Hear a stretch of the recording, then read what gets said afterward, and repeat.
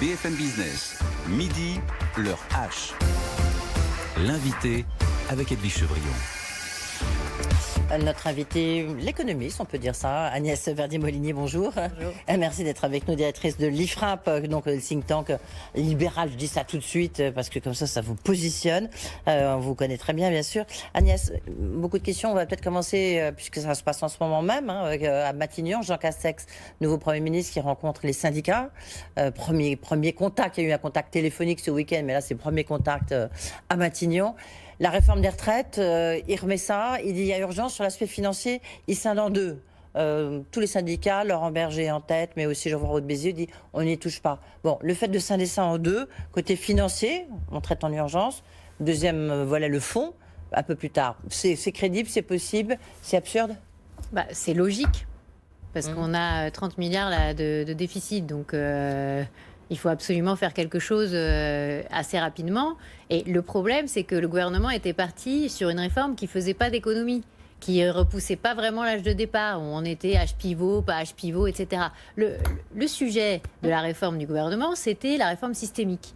Tout le monde dans un grand système unique. Ouais. Mais ça percole à l'horizon 2030-2035. Oui, parce qu'il y avait un âge pivot qui était instauré, sauf si on accélérait la réforme Touraine. Oui, mais en réalité, le vrai sujet, c'est l'âge.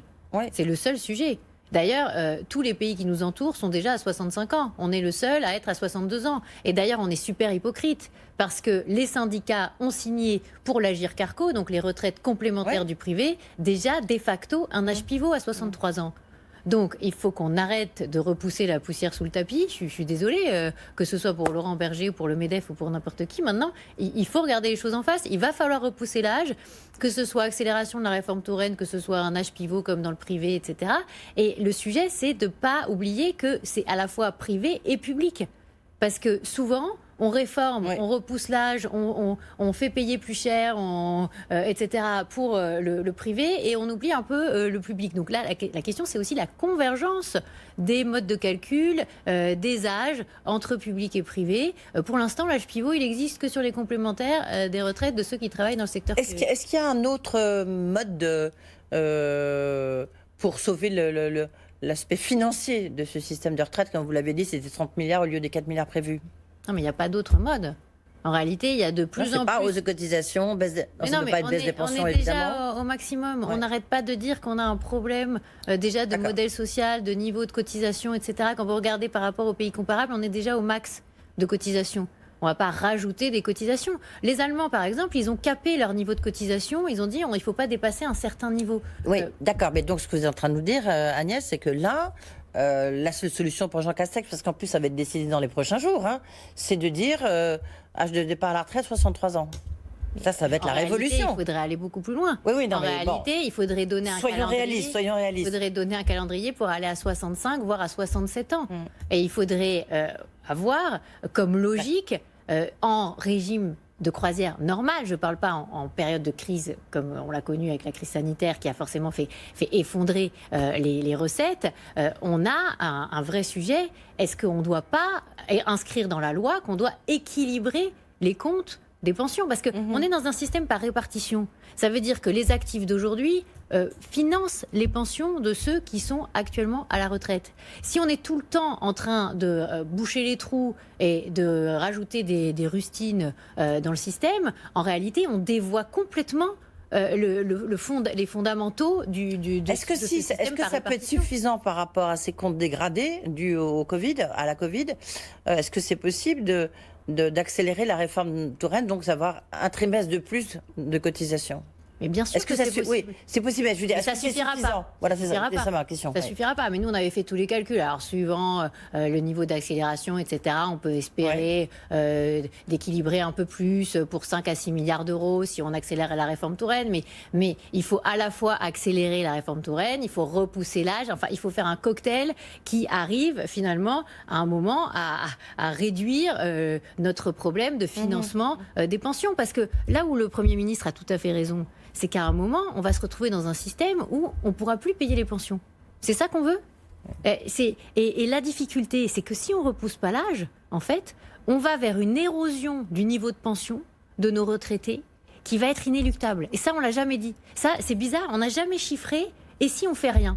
Parce que le Conseil d'orientation des retraites, enfin, il y a plein d'instances qui se penchent sur le sujet. Ils disent toujours, notamment pendant la présidentielle, ils disent tout va bien, circuler, il n'y a rien à voir, c'est pas la peine de faire des réformes. Et puis tout d'un coup, on s'aperçoit que, juste après d'ailleurs, juste après la présidentielle, que finalement, on va avoir un déficit. Puis malheureusement, la crise arrive et il y a encore un plus gros déficit. Donc, à un moment, le sujet, c'est qu'on ne peut pas emprunter en permanence. D'ailleurs, vous avez vu, dernièrement, on a emprunté pour payer les pensions. On ne peut pas faire ça tout le temps. C'est-à-dire, on peut le faire en période de crise sanitaire parce qu'il y a quelques excuses, mais on ne peut pas le faire en permanence. Oui, en permanence, je suis d'accord. Je dis juste que là, comme les robinets sont tellement ouverts, et à juste titre, parce qu'il y a vraiment la crise, elle est sans précédent. Mais que du coup, les syndicats vont avoir beau jeu en disant il suffit de combler le déficit. Mais ce n'est pas les syndicats qui nous disent aussi qu'il ne faut pas être dépendant des marchés financiers ? Ah bah non, ils le disent plus en ce moment. Mais on dépend pas des marchés financiers là. Non. Mais on est quand même. Non. On est les quand taux même. Vont rester bas durablement. On est quand même dans une logique où on va emprunter 360 milliards cette année. Ouais. 360 milliards, il faut bien les trouver quelque part. Alors certes, la BCE en deuxième rideau rachète, mais bon, elle ne va pas faire ça éternellement dans des niveaux actuels. Mais ça passe pas comme discours, vous le savez mieux que moi, Agnès Verdier-Molinier. Oui, on en parlera avec le gouverneur dans la Banque de France dans un instant. Je vais vous donner un mini-exemple. Les 500 milliards dont a parlé le président de la République, il dit on a mis 500 milliards sur la table, mais c'est pas 500 milliards en réalité. D'abord, c'est 460 si vous faites l'addition des tout. Et ensuite, la question, c'est pourquoi vous additionnez du PGE, donc du prêt aux entreprises qu'elles vont devoir rembourser, des reports de charges, avec des aides. Vous ne pouvez pas faire cette addition-là. Et vous ne pouvez pas faire croire aux Français qu'il y a eu 500 milliards comme ça, clac, qui ont été mis sur la table. Ce n'est pas vrai. Quand vous faites l'addition réelle, vous êtes en budgétaire, impact sur le solde public, vous êtes entre 60 et 70 milliards. Vous n'êtes pas à... Ce qui est rassurant, non ? Non, mais c'est-à-dire qu'il faut aussi faire de la pédagogie. Dire qu'en réalité, il n'est pas possible de conserver des systèmes de pension, des systèmes de chômage, des systèmes d'assurance maladie qui sont en permanence déficitaires. Ce n'est pas possible. Et donc, si on n'explique pas ça aux Français en leur disant que si on résout pas toutes ces équations financières, demain, qu'est-ce qui se passe ? On ne pourra pas aussi bien rembourser les soins, on ne pourra pas aussi bien indemniser le chômage, on ne pourra pas verser des pensions à la hauteur de ce que les Français veulent. Et la génération de ceux qui ont 30 ou 40 ans aujourd'hui, qui travaillent, qui paient des cotisations, qui paient beaucoup de cotisations, 28% de cotisations sur leur salaire, qui paient ces cotisations pour les retraités actuels. Si on leur dit que demain, ils n'auront pas 50% de taux de remplacement à la retraite par rapport à leur dernier salaire, mais qu'ils auront 30 ou 35%, parce qu'on n'aura rien fait pour réformer, je pense qu'à un moment, ça va leur faire tilt et qu'ils vont comprendre un petit peu quel est le véritable sujet. On va voir, j'ai envie de dire. Donc la crise du Covid ne doit pas être le prétexte pour ne pas regarder les choses en face. Ouais. En même temps, lorsque vous voyez... si, parce que Laurent Berger, je connais l'argument qui vient encore de redonner, là. Il l'avait donné sur ce même plateau. Il dit, mais la seule chose qui compte pour l'instant, c'est l'emploi. Oui. Donc il faut se focaliser sur l'emploi. Tout doit être focalisé sur le maintien de l'emploi, maintien des compétences, l'emploi des jeunes. Après, on verra. D'accord. Mais alors, si on suit sa logique, ça veut dire qu'on ne fait rien. Mais ça veut dire qu'à un moment, on va augmenter les cotisations. Donc ceux qui sont dans l'emploi aujourd'hui, ou les jeunes qui vont arriver dans l'emploi, vont devoir payer plus cher. Donc ça n'a pas de sens. Parce que ça va pénaliser l'emploi. Donc il ne faut peut-être pas avoir une vision hyper court-termiste. Il faut avoir aussi une vision sur plusieurs années. C'est ça qu'on attend d'un gouvernement et aussi de syndicats, de partenaires sociaux qui sont responsables. On n'attend pas qu'ils simplement ils disent dans les 2 mois qui viennent, non, c'est pas possible, c'est pas le sujet de l'été, c'est pas le sujet de l'automne. C'est un peu court quand même comme vision des choses. Oui, là on est dans l'urgence. Oui, mais alors l'urgence, c'est aussi par exemple que les syndicats, quand ils sont dans les entreprises et qu'ils sont face à des propositions d'accords de performance collective, qu'ils soient supporters, qu'ils les signent le plus rapidement possible, qu'ils jouent pas la montre. Qu'ils n'incitent pas finalement sur certaines entreprises à ce qu'on se retrouve à avoir plutôt des PSE plutôt que des accords de performance collective. Vous voyez, est-ce que le sujet des syndicats, c'est toujours l'emploi, c'est toujours l'intérêt général, c'est toujours l'intérêt de nous tous collectivement, ou est-ce que c'est aussi parfois pas de faire un peu trop de politique ? Ça, c'est un sujet en soi. On a des syndicats en France qui sont souvent sur des postures et qui font pas vraiment avancer le débat. En même temps, le débat, vous voyez, j'en parlais pas plus tard que ce matin avec le président du MEDEF. Il dit qu'il y a 6000 accords d'entreprise qui ont été signés malgré la CGT. Ça veut dire que le dialogue social en France, il est presque avec cette crise, hein, il est presque aussi fort qu'en Allemagne, parce que on arrive vraiment à signer des accords. Mais donc ça, c'est une petite révolution. Oui, mais c'est une nouveauté en France, c'est une nouveauté. Oui, enfin, c'est pas une nouveauté, bien sûr qu'il y a des accords, mais là, il y en a quand même beaucoup qui ont été signés juste là. C'est évident. Pourquoi? Parce qu'on est obligé de trouver des solutions pour préserver l'emploi dans les entreprises, notamment ces accords de performance collective, notamment un qui a été signé par exemple chez De Richebourg sur ce sous-traitant aéronautique qui est en grande difficulté. Oui, qui est en grande difficulté. Et là, FO a accepté de signer, alors qu'au niveau national, FO disait qu'ils étaient contre ce genre d'accord. C'est souvent du reste au niveau national. Oui, mais vous voyez, c'est dans ce sens-là. FO, CGT, au niveau de l'entreprise. C'est dans ce sens-là que je vous dis attention. Au niveau national, souvent on est dans la posture syndicale. On est dans la posture politique et parfois ça peut aussi avoir... Ça en politique, Agnès, vous savez, il y a eu 6 000 emplois signés, mais on ne parle pas de tous les emplois qui ne sont pas encore signés, qui sont en attente, sur lesquels les syndicats parfois jouent la montre. On est obligé de passer par des accords avec des syndicats qui représentent 50% des salariés. Pourquoi on s'est collé cette obligation alors qu'avant c'était 30%? Pourquoi on n'a pas fait le référendum à l'initiative de l'employeur dans les grandes entreprises, dans toutes les entreprises? Parce que c'est du donnant-donnant.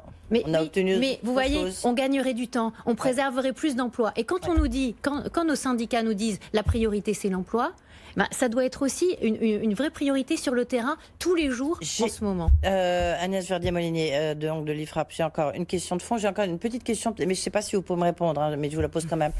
Jean Castex, donc qui en va signer demain peut-être, le Ségur de la santé, en fait c'est lui qui est à l'origine de la taxation du paiement à l'acte, qui est un peu... la cause de la santé, mauvais système de santé en France. Est-ce que c'est vrai ou pas? Est-ce que le paiement à l'acte est ce qui a détruit le système de santé français? Vous parlez de tarification à l'activité. C'est ce qui a été mis en place quand Jean-François Mattei était ministre de la Santé à l'époque. Bon. Mais moi, je ne crois pas du tout que ce soit ça qui est à l'origine. Certains disent que c'est vraiment ce qui a tué le système de santé. Mais c'est complètement faux. Et hospitalier, d'accord. C'est complètement faux. D'accord. Pourquoi? Non, mais parce qu'en réalité, le problème, c'est que l'hôpital public français, il est spécifique, il a des difficultés spécifiques. On les connaît, ces difficultés. C'est que c'est géré au niveau central. C'est géré avec un statut de la fonction publique hospitalière. Tout est décidé à Paris. On l'a vu d'ailleurs, là on le voit aujourd'hui. Les 7 milliards et quelques, c'est décidé pour tout le monde depuis un niveau centralisé. Alors que ça devrait être un manager dans chaque hôpital qui devrait décider à qui est versée la prime en fonction de l'implication de l'agent, etc. Vous avez vu qu'en Allemagne, ça a très bien fonctionné. Les hôpitaux allemands, les hôpitaux allemands, ils sont gérés comment? D'abord, c'est décidé au niveau du Land. C'est géré souvent par des managers qui ont aussi une expérience dans le privé. Souvent, les hôpitaux publics sont confiés en gestion à des chaînes privées. Et il n'y a pas de statut de la fonction publique hospitalière. Vous voyez, donc il ne faut peut-être pas chercher des responsables et là où ils ne sont pas. Il faut peut-être regarder en face les difficultés de structure. Vous savez qu'on a beaucoup plus d'administratifs dans nos hôpitaux, beaucoup plus d'administratifs dans nos hôpitaux que dans les hôpitaux allemands. Ça devrait changer, on a beaucoup moins investi parce qu'on dépense plus pour le fonctionnement. Donc peut-être qu'à un moment, on peut dire aussi qu'on dépense 15 milliards de plus à l'hôpital en France par rapport à l'Allemagne et que pour autant, ça ne marche pas. Donc la solution, elle est peut-être ailleurs. Et bien voilà, elle est ailleurs. En tous les cas, Jean Castex n'est pas le responsable. Merci beaucoup, Agnès Verdier-Molinier, d'avoir été avec nous.